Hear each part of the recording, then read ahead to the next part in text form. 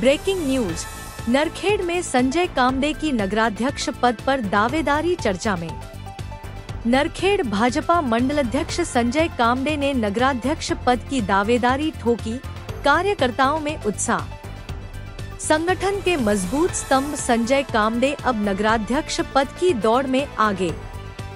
भाजपा के जमीनी नेता संजय कामडे की दावेदारी से नरखेड़ की राजनीति में हलचल। नरखेड़ में बड़ी चुनावी सरगर्मी, संजय कामडे का नाम बना चर्चा का केंद्र। जनसेवा को नए स्तर पर ले जाना चाहता हूं, संजय कामडे की दृढ़ घोषणा। संगठन, सादगी और सेवा, यही ताकत है संजय कामडे की नगराध्यक्ष दावेदारी की। Breaking news. नरखेड़ से मंडलाध्यक्ष संजय कामडे की दावेदारी चर्चा में। नरखेड़ भाजपा के सक्रिय और समर्पित नेता संजय कामडे, जो लंबे समय से संगठन में मंडलाध्यक्ष के रूप में अपनी मजबूत भूमिका निभा रहे हैं, अब नगराध्यक्ष पद के लिए अपनी दावेदारी पेश कर चुके हैं। संगठन में उनकी पकड़, कार्यकर्ताओं के बीच लोकप्रियता और जनता के बीच सादगी भरा स्वभाव, इन सब ने उन्हें एक सशक्त उम्मीदवार बना दिया है। संजय कामडे का कहना है कि पार्टी ने जो जिम्मेदारी दी है, मैंने हमेशा ईमानदारी से निभाई है। अब मैं नगर विकास और जनता की सेवा को नए स्तर पर ले जाना चाहता हूं। भाजपा के जमीनी कार्यकर्ता के रूप में उनकी पहचान और नेतृत्व क्षमता को देखते हुए नरखेड़ के राजनीतिक गलियारों में उनकी दावेदारी को लेकर जबरदस्त चर्चा है। अब देखना यह होगा कि क्या पार्टी उन्हें मौका देती है और क्या नरखेड़ में विकास की नई कहानी लिखी जाएगी संजय कामडे के नेतृत्व में। नरखेड़ से दुर्गा प्रसाद बर्वे की रिपोर्ट। नमस्कार, मी संजय कामडे, एक भारतीय जनता पार्टीचा एक खंदा समर्थक व बालपणापासून हिंदू विचाराशी जुडलेला व संघाच्या शाखेपासून सुरुवात मी भारतीय जनता पार्टीला जवळपास 12 वर्षापासून भारतीय जनता पार्टीमध्ये मी कार्य करत आहो। सर्वप्रथम मी एक कार्यकर्ता म्हणून तिथे माझं योगदान दिलं। त्यानंतर मी शहराचा उपाध्यक्ष म्हणून मला जबाबदारी मिळाली। त्यानंतर माझं कार्य पाहून शहराध्यक्ष, नरखेड़ शहराचा अध्यक्ष म्हणून मला भारतीय जनता पार्टीने मला दायित्व दिलं। त्यानंतर ते झाल्यानंतर 4 वर्षाचा कार्यकाळ झाल्यानंतर मला तालुक्याचा महामंत्री म्हणून पक्षाने जबाबदारी दिली, ती मी समर्थपणे पार पडली।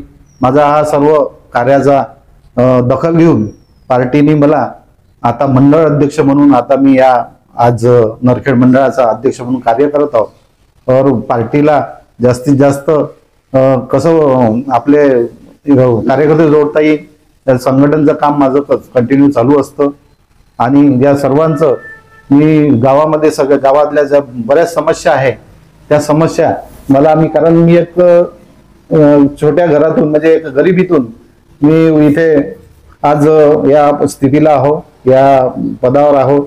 मी शून्यातून माझं विश्व निर्माण केलेलं आहे। त्याचप्रमाणे मी भारतीय जनता पार्टीला मी आज मागील काळात जरी नुकसान झालं असेल तरी मी आज एक छोट्या घरचा गरीब घरचा मुलगा, मला छोट्या सगळ्या गरिबांची, दुर्बल घटकांची जाण आहे, त्यांना त्यांच्यापर्यंत सर्व केंद्राच्या व महाराष्ट्राच्या संपूर्ण योजना शेवटच्या घटकापर्यंत पोहोचण्याचं माझं काम आहे, मी आज करत आहो।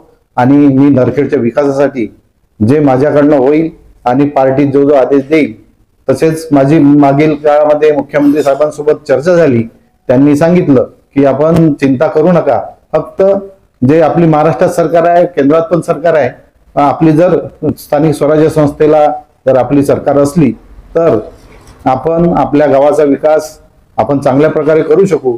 आपल्या माध्यमातून सर्व गाव आज सुशोभित होईल आणि गावाचा विकास पूर्णपणे चांगला होईल। आणि गावातील बऱ्याच समस्या आहे, काही इंदिरानगर मधील समस्या आहे, कारण तिथे बऱ्याच काळापासून अतिक्रमण आहे, ते अतिक्रमण हटला पाहिजे। त्यातून तिथल्या लोकांना चांगल्या सुविधा मिळाल्या पाहिजे। सर्वप्रथम इथे मेडिकल व्यवस्था चांगल्या नाही, त्या मी नगर अध्यक्ष बनलो तर मी सर्व इथे मेडिकलची व्यवस्था पूर्णपणे करण्याचा माझा प्रयत्न असणार आहे. त्याचप्रमाणे इथे एज्युकेशन सुद्धा या भागामध्ये मागील नेत्यांनी एज्युकेशन सुद्धा त्याच्याकडे लक्ष दिलेलं नाहीये. त्यासाठी माझा प्रयत्न असणार आहे. कारण मुलगा शिकला तर शिक्षण हे वाघिणीचं दूध म्हणतात, त्याप्रमाणे गावाचा विकास, मुलगा शिकला की गावाचा विकास होतो आणि गावाच्या विकासासोबत सर्व मंडळी आनंदात राहतात व त्यांची विचारसरणी वाढते. आणि मला येणाऱ्या 2 तारखेच्या निवडणुकीत मला पक्षाने जर संधी दिली तर मी या सर्व माझ्या ज्या कल्पना आहेत गावाविषयी, ज्या इथे रोजगारीचाही विषय आहे, त्या सर्व सोडवण्याचा माझा उद्देश आहे. आणि म्हणून मला भारतीय जनता पार्टी तर्फे आपण मला निवडून द्यावं, मी अशी नरखेडवासियांना सर्वांना विनंती करतो. जय हिंद.